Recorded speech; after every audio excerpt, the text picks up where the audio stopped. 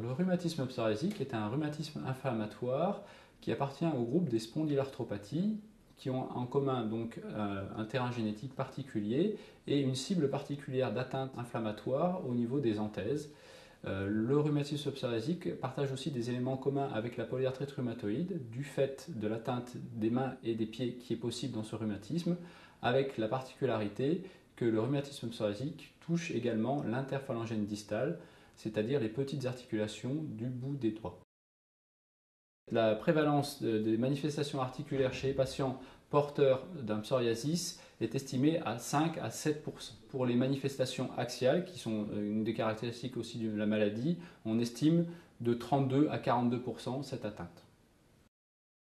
Il faut s'inquiéter d'un rhumatisme psoriasique quand on a des douleurs articulaires qui ont un rythme particulier, c'est-à-dire un rythme inflammatoire qui réveille la nuit, qui prédomine le matin et avec un déroulage matinal. Si ces symptômes existent, il est recommandé de demander à son dermatologue qu'il vous adresse à un rhumatologue pour prendre un avis.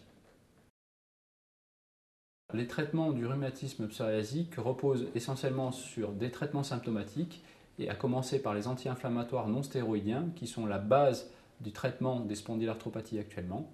Dans les formes sévères et persistantes, on peut utiliser deux traitements, essentiellement la salazopyrine et le méthotrexate.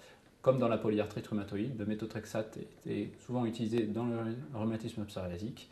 Et là également, comme dans la polyarthrite rhumatoïde et dans les spondylarthropathies, les nouveaux traitements de type anti-TNF peuvent être également utilisés dans les formes les plus sévères, avec une efficacité assez remarquable.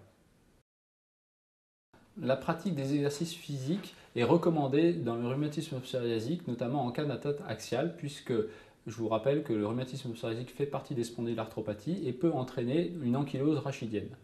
Par contre, en cas d'atteinte périphérique, et si l'atteinte périphérique est en phase inflammatoire, c'est-à-dire si l'articulation est gonflée, il vaut mieux éviter de faire des exercices afin d'éviter une destruction articulaire.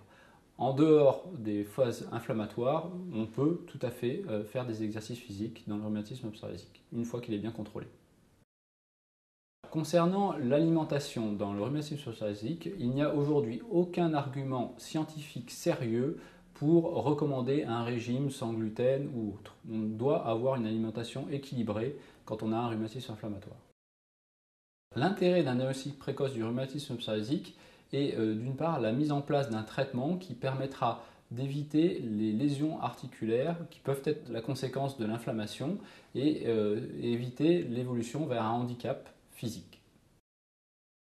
Les traitements actuellement disponibles permettent d'obtenir une rémission, c'est-à-dire l'absence de symptômes sous traitement.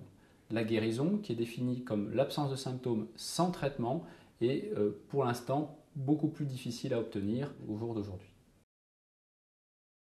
À l'identique de la polyarthrite rhumatoïde, il y a actuellement des traitements qui sont en cours d'évaluation, autres que des anti-TNF qui sont déjà utilisés, mais pour le moment, rien n'est encore établi. Mais probablement qu'à l'avenir, des traitements que nous utilisons actuellement dans la polyarthrite rhumatoïde pourraient être utilisés dans le rhumatisme psoriasique.